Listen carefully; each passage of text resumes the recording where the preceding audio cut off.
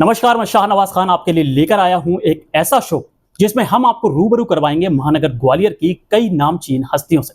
और आज के हमारे इस खास शो सलाम भारत में मैं आप सभी का स्वागत करता हूं। साथियों, आज हम आपको रूबरू करवाने जा रहे हैं महानगर ग्वालियर की एक ऐसी शख्सियत से जिन्होंने समाज सेवा, खेल जगत, पत्रकारिता के क्षेत्र में अनेकों उपलब्धियां अपनी काबिलियत के दम पर हासिल कर आज एक ऐसे मुकाम पर पहुंच गए हैं जो आज की युवा पीढ़ी के प्रेरणा स्रोत बने हुए हैं। तो आइए बगैर देर किए हम आपको रूबरू करवाते हैं वरिष्ठ समाजसेवी, वरिष्ठ पत्रकार और भारत की प्रसिद्ध एनजीओ उद्भव सांस्कृतिक एवं क्रीड़ा संस्थान ग्वालियर कला समूह के प्रेसिडेंट डॉक्टर केशव पांडे से। सर, सबसे पहले मैं महानगर ग्वालियर के जो दर्शक हैं उन सभी की तरफ से आपका स्वागत करता हूं। धन्यवाद शाहनवाज जी।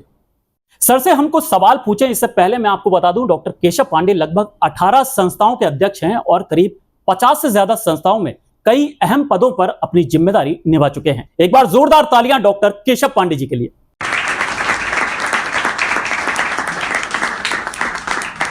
तो आइए शुरू करते हैं सवाल जवाबों का सिलसिला। सर, सबसे पहला मेरा सवाल यह है कि आपने अलग अलग क्षेत्रों में उपलब्धियां हासिल की हैं। जहां तक मुझे जानकारी है, समाज सेवा, पत्रकारिता, खेल जगत, इनके अलावा और किन क्षेत्रों में आपकी रुचि है और आपने उपलब्धियां गढ़ी हैं?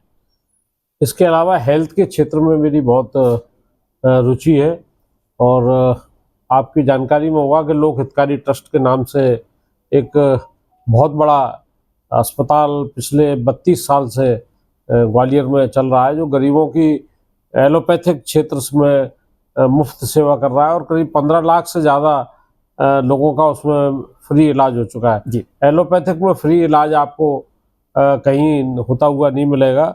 ये ग्वालियर का एकमात्र अस्पताल है मध्य प्रदेश का जहाँ मरीजों से बिना कुछ लिए उनको सब दवाइयाँ और उनके चेकअप वहाँ किए जाते हैं और ये 1994 से लगातार किए जा रहे हैं। प्रतिदिन 100-150 की ओपीडी लगभग होती है और इसको बहुत अप्रिशिएट किया है। इंडिया टुडे ने इसके ऊपर पूरा एक स्टोरी की, दूरदर्शन में इसके ऊपर कई बार स्टोरी की गई है और देश के पंजाब केसरी और Hindustan times, times of India, Indian express, शायद ही कोई ऐसा अखबार, भास्कर, आचरण, स्वदेश कोई बचा हो जिसने इसकी प्रशंसा न की हो। क्योंकि मैं ये मानता हूँ कि देश में अगर आपकी शिक्षा अच्छी है और स्वास्थ्य अच्छा है तो देश की प्रगति कर सकता है। हमारे ग्वालियर में जेसी मिल, सिमको और ग्रिसिम हुआ करता था, आप जानते हैं जी जी।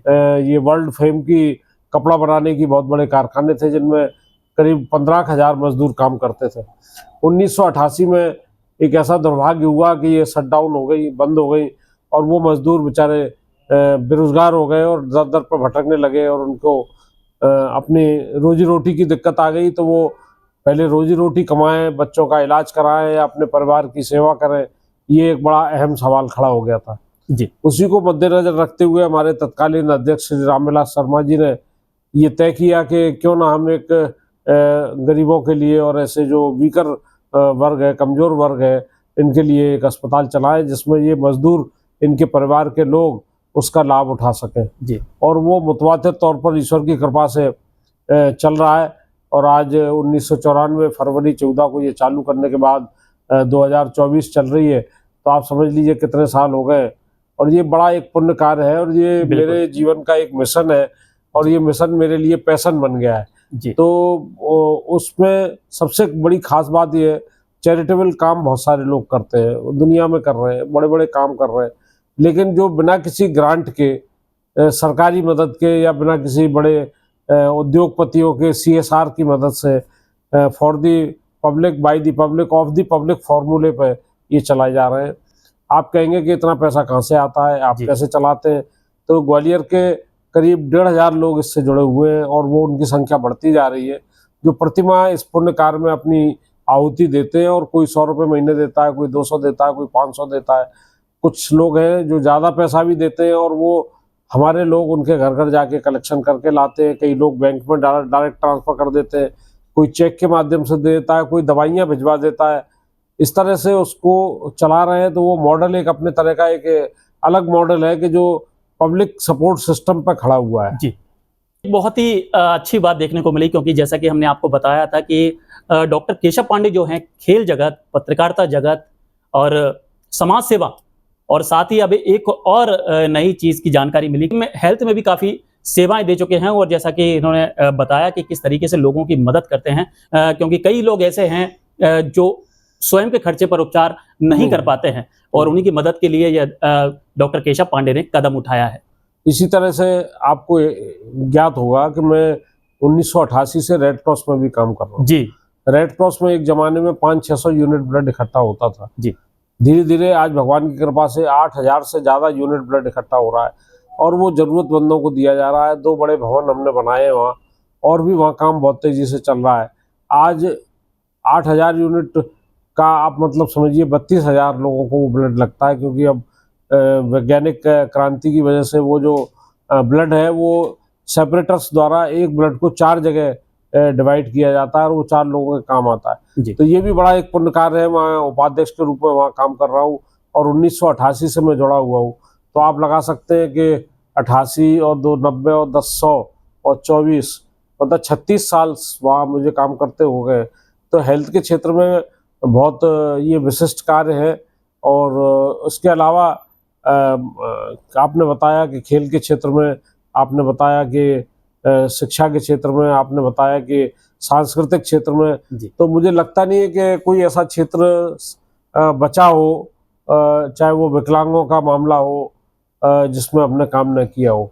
और उनकी फेहरिस्त इतनी लंबी है, जैसे हरि अनंत हरि कथा अनंता कहते हैं तुलसीदास जी, बिल्कुल कि सर। अगर उसको गाना शुरू करें या बताना शुरू करें तो वो बहुत लंबा समय लेगी, जी और उनकी सूची बहुत लंबी है। जैसा आपने बताया कि 18 संस्थाओं के अध्यक्ष हैं और करीब 50 से ज़्यादा संस्थाओं में जुड़े हुए हैं। जी आपकी बात बिल्कुल सही है। और वो सब संस्थाएं केवल नाम की संस्थाएं नहीं है। अगर एक एक संस्था को लेकर बात करें तो आप एक एक संस्था का एक एक इंटरव्यू कर सकते हैं, और वही इतना बड़ा हो जाएगा कि आप दिखाते वाकई वो इंटरव्यू बहुत ज़्यादा बड़ा हो जाएगा। हाँ बहुत बड़ा हो जाएगा। तो आप देखिएगा हमारे आर्म रेसलिंग का एक यहाँ फेडरेशन है, उस आर्म रेसलिंग का फेडरेशन ग्वालियर में हिंदुस्तान का पहला फेडरेशन है। प्रीति जिंज्ञानी जो फिल्म एक्टर है वो उसकी ऑल इंडिया की अध्यक्ष है। हमारे उसमें जो बच्चे हैं वो गोल्ड मेडलिस्ट हैं इंटरनेशनल में, और ब्रॉन्ज भी वो लाए हैं और सिल्वर भी लाए हैं, और नेशनल में तो उनके पास इतने मेडल्स हैं कि उनको गिनना मुश्किल है। और 7 जुलाई को भी एक बहुत बड़ा कार्यक्रम हो रहा है, जिसमें 1 लाख के पुरस्कार दिए जाएंगे मेडिकल कॉलेज हॉल में, ये चल रहा है। इसके अलावा आप बात करेंगे तो हमारी यहाँ माताजी सिंधिया हॉकी एकेडमी है, जिसने राष्ट्रीय और अंतर्राष्ट्रीय स्तर के खिलाड़ी यहाँ पैदा किए हैं। अविनाश भटनागर मेरे उसमें सेक्रेटरी हैं, मेरे साथी हैं, और उसमें नेशनल और इंटरनेशनल टीम में ग्वालियर के बच्चे सेलेक्ट करने का और उनको तैयार करने का हमको सौभाग्य मिला है। उद्भव संस्था की अगर आप बात कर रहे हैं, जिसका नाम बहुत ज़्यादा है और वो अंतर्राष्ट्रीय स्तर पर काम कर रही है, तो आप समझिए कि 1994 से ही वो संस्था काम कर रही है, और आज 50 विदेश यात्राएं उसके माध्यम से हो चुकी है। अभी 8 जुलाई को हमारे बच्चे बुल्गारिया से लौटे हैं। दिल्ली गुड़गांव डीपीएस स्कूल के बच्चे गए थे अंतर्राष्ट्रीय समारोह में। अभी हम 15 जुलाई को टर्की जा रहे हैं, और औरंगाबाद के बच्चे हमारे साथ जा रहे हैं। और आगामी अक्टूबर में 14 तारीख से लेके और 18 तारीख तक ग्वालियर में प्रतिवर्ष जो अंतर्राष्ट्रीय महोत्सव होता है वो होने वाला है। तो हम लोग उसकी तैयारियों में लगे हैं, और इस तरह से आप देखें तो करीब 2500 बच्चे विदेश यात्रा हमारे साथ कर चुके हैं। और वो यात्रा नहीं होती है, वो इंटरनेशनल डांस फेस्टिवल होते हैं। उन फेस्टिवल्स में जब जाते हैं तो घूमने का मौका भी मिलता है। वहाँ के सांस्कृतिक मंत्री, वहाँ के राजदूत, वहाँ के राष्ट्रपति, प्रधानमंत्री से मिलने का मौका मिलता है। इसके अलावा हमारे बच्चों को एक अंतर्राष्ट्रीय प्लेटफॉर्म मिलता है, जो बहुत महत्वपूर्ण बात है। और दूसरी महत्वपूर्ण बात यह है कि हमारे देश का झंडा, भारत का झंडा, हम लोग वहाँ जाके ऊंचे करते हैं। वहाँ हम ग्वालियर और मध्य प्रदेश के नहीं होते हैं, वहाँ हम भारत के प्रतिनिधिमंडल के रूप में होते हैं। तो हमारे देश की जो संस्कृति है उसको हम दुनिया में दूर दूर तक ले जा रहे हैं। तो आप हमको सांस्कृतिक राजदूत के रूप में भी कह सकते हैं। ये एक बहुत बड़ा काम है जो हो रहा है, और इसमें भी शासकीय स्तर पर किसी तरह की कोई ग्रांट हम नहीं लेते हैं। तो ये एक बहुत बड़ी बात है कि जो एनजीओ होते हैं, मैं किसी की आलोचना या समालोचना में नहीं पढ़ना चाहता हूँ, लेकिन बिना ग्रांट नेट के आपने देखा होगा कि संस्थाएं चलती रही है।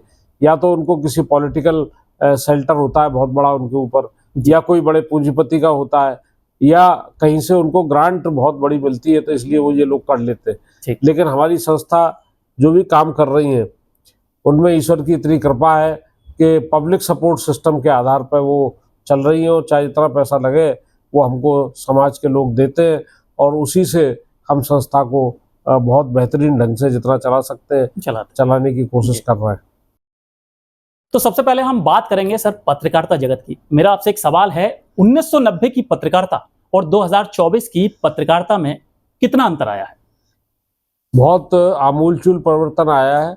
मैं तो 1977 से पत्रकारिता में हूँ, मेरे को 47 साल का इसमें अनुभव है, और अनुभव विभिन्न प्रकार का है। जैसे मैंने खुद अपना एक पाक्षिक अखबार केशव प्रयास निकाला था 2 अगस्त 1977 को। उसके बाद मैंने ग्वालियर में प्रथम सांध्य दैनिक सांध्य समाचार के नाम से निकाला, और उसके अलावा मैंने हिंदुस्तान टाइम्स के ब्यूरो चीफ और times of India, free press journal और नई दुनिया इत्यादि अखबारों के साथ मैंने लगातार काम किया है। तो मैं ये मानता हूँ कि अभी जो टेक्नोलॉजी बढ़ी है और जो टेक्नोलॉजी में बहुत चेंज आया है, उसकी वजह से पत्रकारिता में बहुत चेंज हुआ है। अब लोगों की पढ़ने की लिखने की जो आदत है उसमें काफ़ी परिवर्तन आया है। कंप्यूटर पे लोग अब टाइप करते हैं, हाथ से लिखना अब बंद हो गया है। इसके अलावा गूगल गुरु से सब कुछ जानकारी लेते हैं, किताबों को पढ़ना कम हो गया है, और कभी कभी गूगल से भी जानकारियाँ गलत मिल जाती हैं, और गलत मिलने की वजह से वो खबर में भी गलत चली जाती है। बिल्कुल सही। तो इससे बड़ा अहित होता है। तो मैं ये मानता हूँ कि परिवर्तन है तो सकारात्मक, बहुत अच्छा है। आज एक खबर आप अगर अभी अपना ये इंटरव्यू अभी जारी करते हैं यूट्यूब पे, और इसे लोग पसंद करते हैं, तो ये पूरी दुनिया में एकदम फैल जाएगा। पहले ऐसा नहीं होता था। पहले खबर पहुंचने में, खबर बनने में, खबर आने में काफ़ी फासला होता था, देरी हो जाती थी। लेकिन अब सेकंड्स के अंदर इतने सारे चैनल्स हो गए हैं, इतने सारे सोशल मीडिया के प्लेटफॉर्म बड़े प्रभावशाली हो गए, और बड़े बड़े पत्रकार जो चाहे इंडिया टुडे में थे, चाहे वो इंडिया एक्सप्रेस में थे, शेखर गुप्ता जी जैसे, और बहुत बड़े बड़े लोग जो एनडीटीवी में थे और तमाम जगह थे, उनके अपने यूट्यूब चैनल आज आप देख रहे हैं कि करोड़ों लोग उनको देख रहे हैं और वो चल रहे हैं। तो ये बहुत सकारात्मक परिवर्तन है, क्योंकि समाज में अगर आपको कोई चेंज लाना है, समाज में कोई बुराई है उसको दूर करना है, या समाज में किसी आंदोलन को आपको बढ़ाना है, तो आपने ये महसूस किया होगा कि इस बार के जो संसदीय चुनाव हुए उसमें इन प्लेटफॉर्म्स की एक बड़ी भूमिका रही है, और उस भूमिका में काफ़ी आपने चेंजेस इलेक्शंस में देखे होंगे। बिल्कुल। तो चेंज काफ़ी आया, और ये चेंज अभी एआई के माध्यम से और तेज़ी से हो रहा है। तो हमारे जो पत्रकार साथी हैं जो अपडेट रहना चाहते हैं, वो निरंतर ये कोशिश में कर रहे हैं कि जो भी टेक्नोलॉजी आए उसको वो समझें, पढ़ें, लिखें, देखें और प्रयोग करें। लेकिन मेरा इसमें जो कहना है वो ये है कि जो हमारी नई पीढ़ी है वो इतनी एडिक्टेड होती जा रही है इस मोबाइल के, इस टेक्नोलॉजी के, कि उसमें वो अच्छी चीज़ें देखें, कुछ ज्ञान की चीज़ें ले, कुछ समाज को सुधारने की चीज़ें लें, या अपने पढ़ने लिखने की दृष्टि की चीज़ें लें। उसके अलावा इसमें बहुत फूहड़ चीज़ें भी और विकृत समाज को करने वाली चीज़ें भी इसमें परोसी जाती हैं। तो कई बार जो नई जनरेशन है या और लोग भी हैं, वो उसकी तरफ आकर्षित हो जाते हैं, और उसमें वो इंडल्ज होते जा रहे हैं, और उसकी वजह से उनकी जो स्वास्थ्य की जो हालत है वो खराब हो जाती है। खेल कूद नहीं पा रहे हैं, फील्ड में नहीं जा पा रहे हैं, लोगों से मिलना जुलना कम हो गया है, और वो बिल्कुल कन्फाइंड हो गए इस डिब्बे की तरफ, जो होना मेरे दृष्टि से ठीक नहीं है। और इसकी ये लड़ाई अपने को बहुत ज़्यादा लड़नी पड़ेगी। लोगों को जागरूक करना पड़ेगा कि भाई जितना इसका उपयोग है, जितना जरूरी है उतना करिए, अनावश्यक इसका उपयोग न करें, और दुरुपयोग तो बिल्कुल ना हो। इसके कानून सख्त बनाए जाना चाहिए, क्योंकि इसके माध्यम से फ्रॉड बहुत हो रहे हैं, साइबर फ्रॉड बहुत हो रहे हैं। और साइबर फ्रॉड से आप देख रहे हैं कोई दिन ऐसा नहीं जाता जिस दिन उसकी चपेट में हमारे देश के लोग ना आते हो और उनका बहुत बड़ा नुकसान ना होता हो। बिल्कुल। तो इसको अवेयर करना, इसके प्रति जानकारी देना और लोगों को समझाना कि भाई ये जो टेक्नोलॉजी है ये खतरनाक भी है और ये अच्छी भी है। जी सर, मेरे दर्शक का एक सवाल और है आपसे।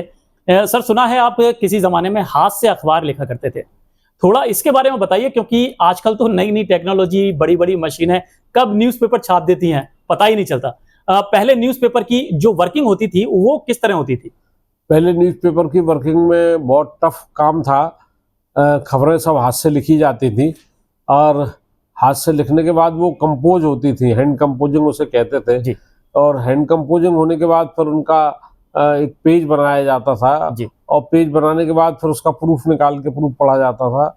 और फिर वो जो ट्रेडल मशीनें होती थी, ट्रेडल मशीनों पर वो अखबार छपते थे तो उनकी स्पीड बहुत स्लो होती थी। और जो सुंदरता आज की छपाई में है, जो एडवांसमेंट होके आज अखबारों को सुंदर और अच्छा बनाने का योगदान हो रहा है, वो उस वक़्त उतना नहीं हो पाता था। लेकिन मटेरियल उसमें बहुत अच्छा होता था, बहुत पढ़ने लायक होता था और उसको लोग पढ़ के पीएससी, यूपीएससी और बड़ी-बड़ी परीक्षाओं को क्रैक करते थे। मटेरियल उसमें अच्छा होता था। जी। ये उस वक़्त की ये थी। अब वो समय बदलता है, समय के साथ चीज़ें बदलती हैं और उस बदलाव में अगर आपने अपने आप को नहीं बदला, तो आप उसमें पिछड़ जाएँगे, आप उसमें इतना पीछे हो जाएँगे कि फिर आपका आगे आना मुश्किल है। तो अच्छा ये है कि समय जब बदले, तो उसके साथ टेक्नोलॉजी के साथ, उस धारा के साथ हमको अपने आप को बदल लेना चाहिए बिल्कुल। और बदलना ये समय की माँग है। सर, मेरा एक सवाल और है, आज सोशल मीडिया का ज़माना है। आज की युवा पीढ़ी से क्या कहना चाहेंगे? क्योंकि कई युवा आपको सुन रहे हैं और इस क्षेत्र में अपना करियर तलाश रहे हैं। तो ये वो कैसे आगे बढ़ें? सोशल मीडिया में बहुत जल्दी खबर आपकी चली जाती है। खबर की ऑथेंटिसिटी होना चाहिए।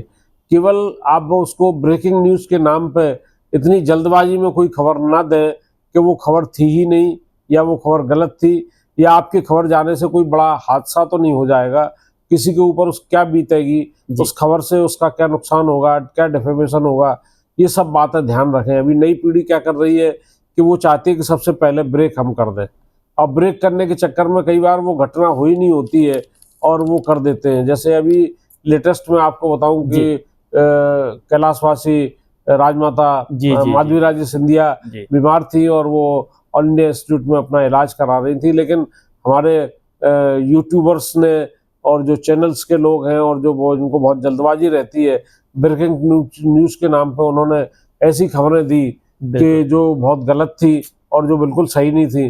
बाद में उन सबको इस सब का पछतावा भी हुआ और उन्होंने लगा कि भाई ये उन्होंने ठीक नहीं किया है। तो ऐसा कई बार होता है और ऐसा नहीं करना चाहिए। मेरी ये मान्यता है और मेरी उनकी ये उनको सलाह है कि भाई जब तक आप किसी खबर को बिल्कुल एकदम ऑथेंटिसिटी उसकी ना हो जाए, उसको प्रूव सही ना हो जाए, तब तक जल्दबाजी में आप कोई ऐसी खबर ब्रेक ना करें बिल्कुल। जिससे समाज में गलत मैसेज जाए। बिल्कुल, ये बात बिल्कुल सही कही आपने, क्योंकि कई खबरें ऐसी होती हैं जो यूट्यूबर्स हैं वो अ, अपने मतलब व्यूज़ के लिए उसको पब्लिश कर देते हैं, लेकिन वो ये नहीं समझते कि उसका इम्पैक्ट क्या पड़ेगा। दादा, मैं एक सवाल और आपसे पूछना चाहूँगा। सबसे पहला क्षेत्र जो है आपका पत्रकारिता रहा, आपकी जो लाइफ़ का। उसके बाद आपने समाज सेवा का रास्ता चुना, क्यों? देखिए, ये तो सब ईश्वर की मर्जी है। Man proposes God disposes. आदमी सोचता है लेकिन होता वही है जो ऊपर वाला चाहता है। मैं इस बात से पूरी तरह से सहमत हूँ। जी। मैंने एमएससी 75 में किया, उसके बाद 80 में मैंने पीएचडी किया। और अगर मैं प्रयास करता या ईश्वर की इच्छा होती तो मैं किसी कॉलेज में प्रोफेसर होकर चला जाता उस टाइम में, क्योंकि मैं मध्य प्रदेश में पहला पीएचडी था अपने सब्जेक्ट का, सैन्य विज्ञान का। सैन्य विज्ञान में उस वक्त हमारे प्रोफेसर भी हमारे पीएचडी नहीं थे। लेकिन बाकी मन कछु और है, अपने मन कछु और। ईश्वर तो आपसे कुछ और कराना चाहता है।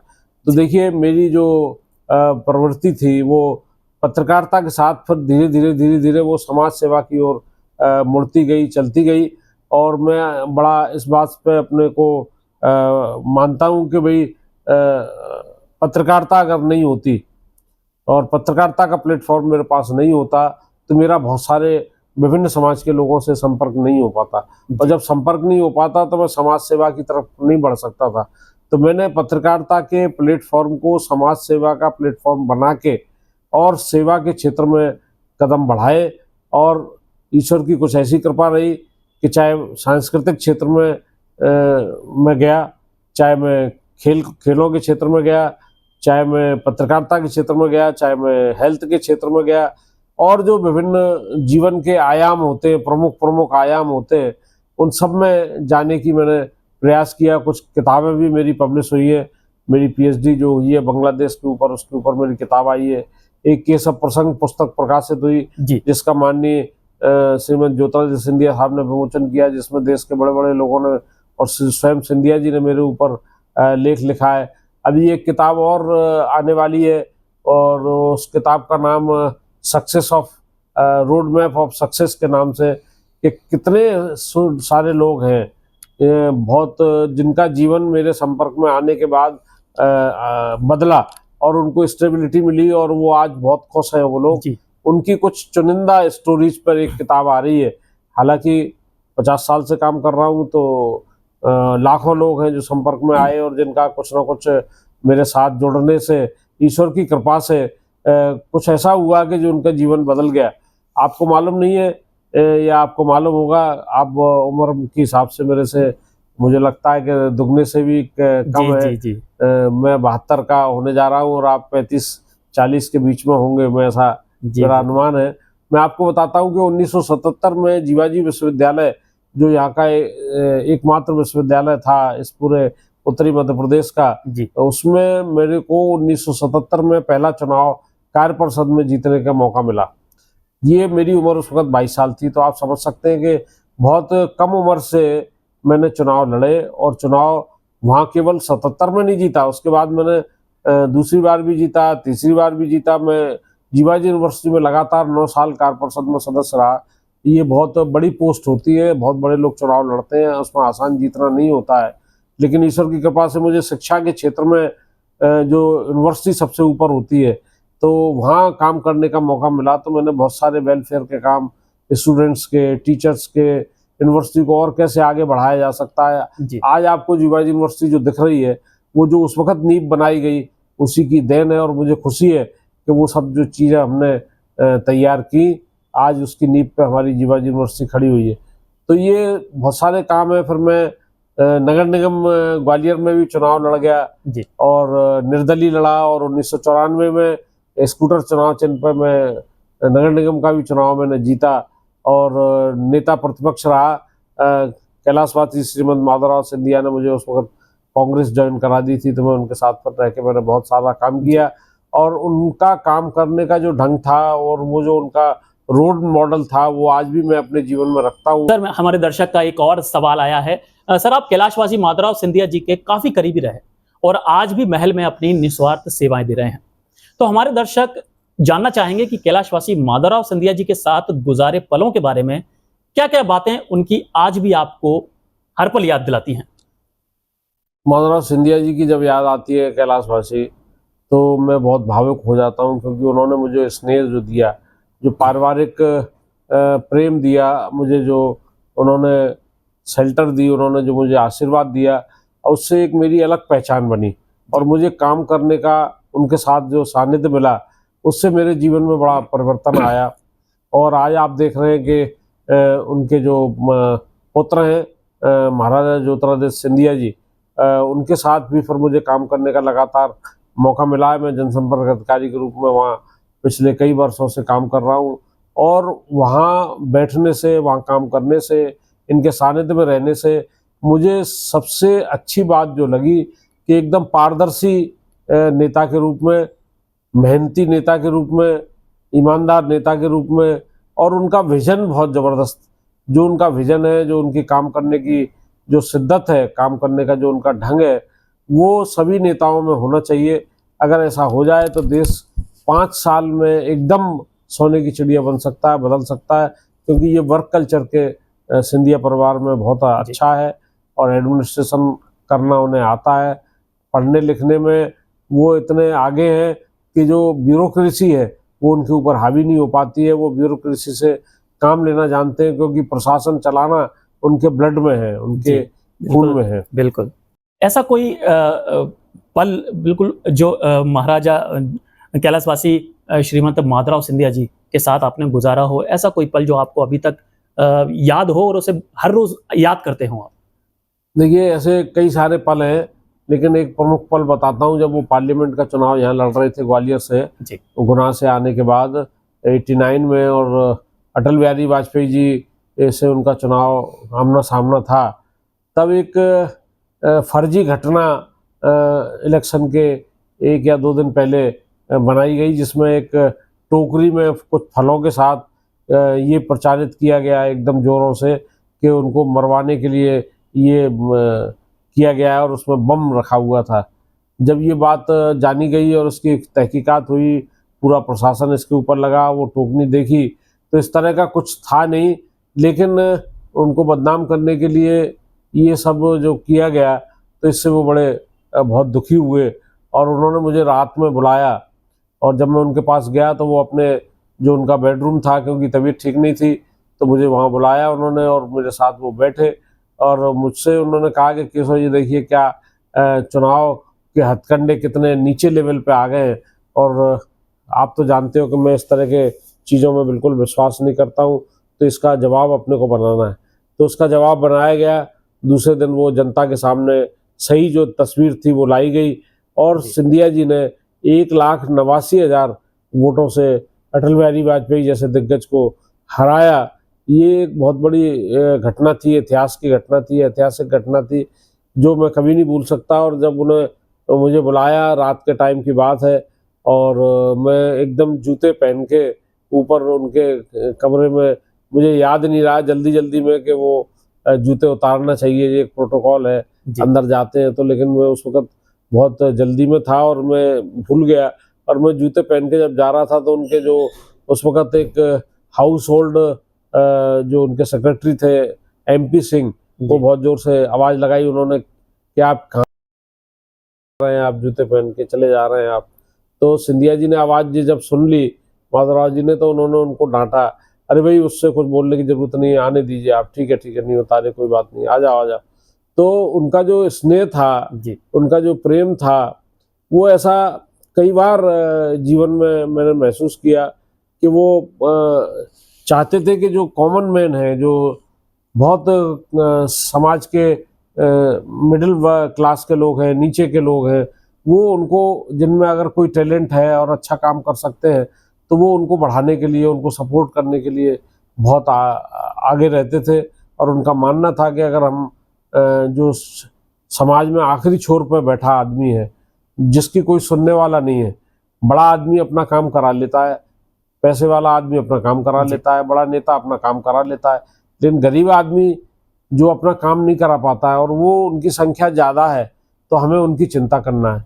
और उनकी चिंता उन्होंने की। यहाँ मालनपुर में बहुत बड़ा कारखाने लगाने का उन्होंने औद्योगिक क्षेत्र बनाया, बामौर में बनाया। उसके पीछे ये था कि ग्वालियर का विकास तभी होगा जब यहाँ उद्योग पनपेंगे, उद्योग चलेंगे, यहाँ के लोगों को रोजगार मिलेगा। लेकिन दुर्भाग्य ये रहा कि उनके जाने के बाद जो सरकारें रहीं, जो लोग रहे, उन्होंने उस पर ध्यान नहीं दिया और अंततोगत्वा मालनपुर आज आप जानते हैं किस स्थिति में है। बहुत इंडस्ट्री चली गई, लोगों के किडनैपिंग हुए, लोगों के साथ जो सुरक्षा और जो सुविधाएं शासन को दे पानी थी वो नहीं दे पाए, उसकी वजह से। नहीं तो आज ग्वालियर इंदौर से कई गुना आगे होता अगर उनके उस विजन को लेके चलते या जो कुछ उन्होंने खड़ा किया था उसको बनाए रखते। आज ग्वालियर में आप चाहे रेलवे स्टेशन की बात कर रहे हैं, रेलवे की बात कर रहे हैं, या HRD में वो मंत्री रहे, सिविल एविएशन में मंत्री रहे, उन्होंने जो माइलस्टोन लगाए, चाहे ग्वालियर में उन्होंने साडा खड़ा किया, अगर साडा तैयार कर दिया जाता तो पैरेलल एक दूसरा बड़ा ग्वालियर तैयार हो जाता।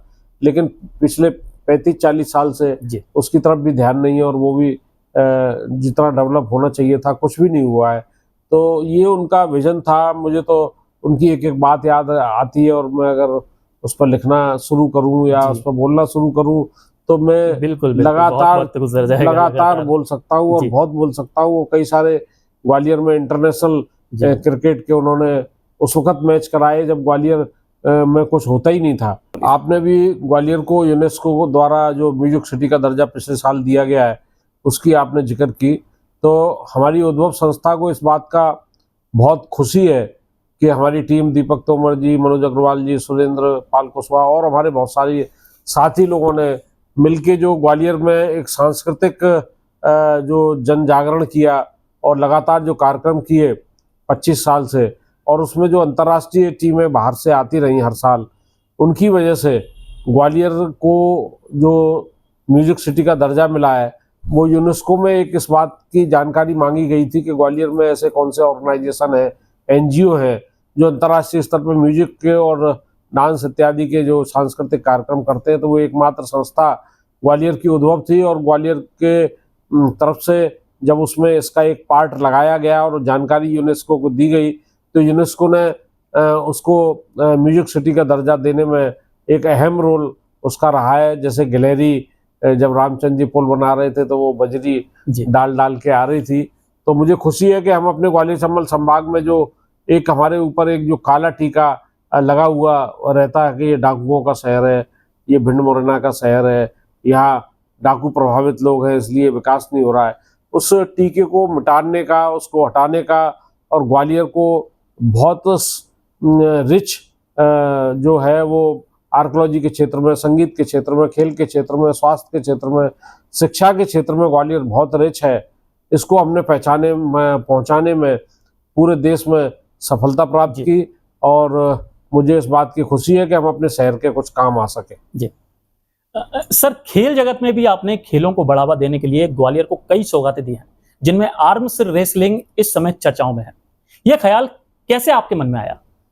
देखिए, आर्म रेसलिंग का जो चैंपियन है मनीष मौर्य, जो आज इंटरनेशनल गोल्ड मेडलिस्ट है, और वैसे वो दिव्यांग है और एमएससी एग्रीकल्चर है, लेकिन उसका हौसला आप अगर देखेंगे, आप उससे मिलेंगे तो आपको लगेगा कि ये लड़का जो है बहुत काम करने वाला है।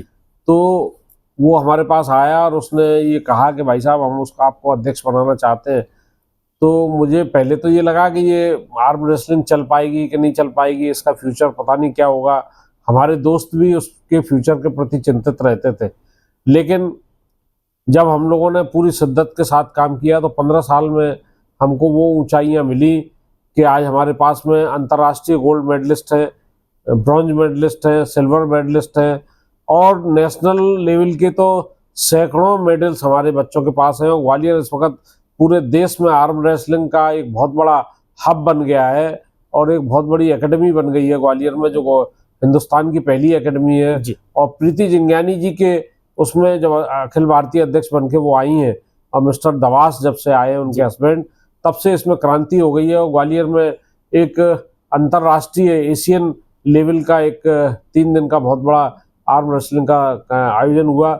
उसके अलावा अभी किर्गिस्तान में हमारा एक बच्चा ब्रॉन्ज मेडल जीत के आया है इंटरनेशनल में।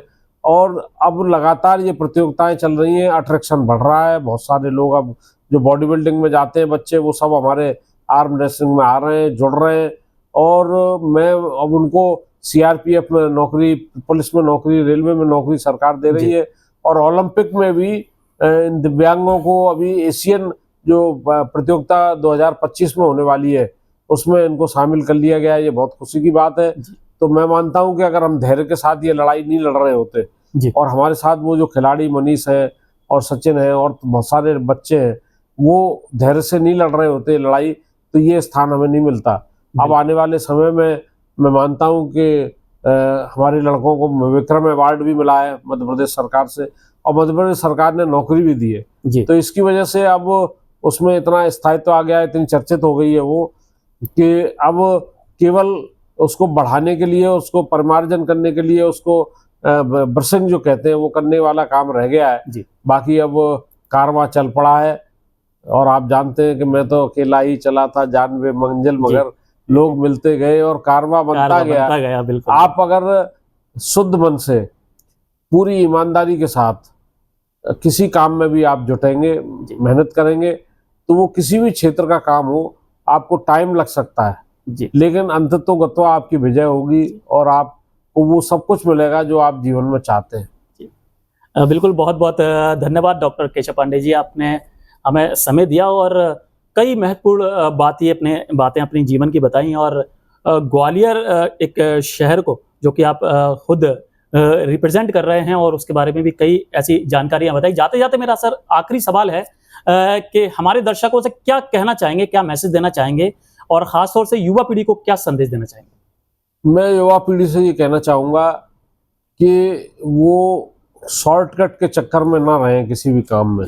शॉर्टकट नहीं होता है, उसमें पूरी मेहनत होती है, पूरा काम होता है, पूरी शिद्दत और ईमानदारी के साथ अगर आप कोई काम करेंगे तो आप निश्चित बढ़ेंगे। और नई पीढ़ी से और पुरानी पीढ़ी दोनों से मेरा एक अनुरोध है कि ग्वालियर में और पूरे देश में पानी की बहुत दिक्कत आ रही है जी। पानी का लेवल बहुत नीचे चला गया है। तो अभी हम इसी महीने में नमामि गंगे और प्रशासन और तमाम सामाजिक संस्थाओं और साधु संतों के साथ मिलकर मुरार नदी को साफ करने का अभियान चालू करने वाले हैं। और ये अभियान लगातार 1 साल 2 साल चलेगा।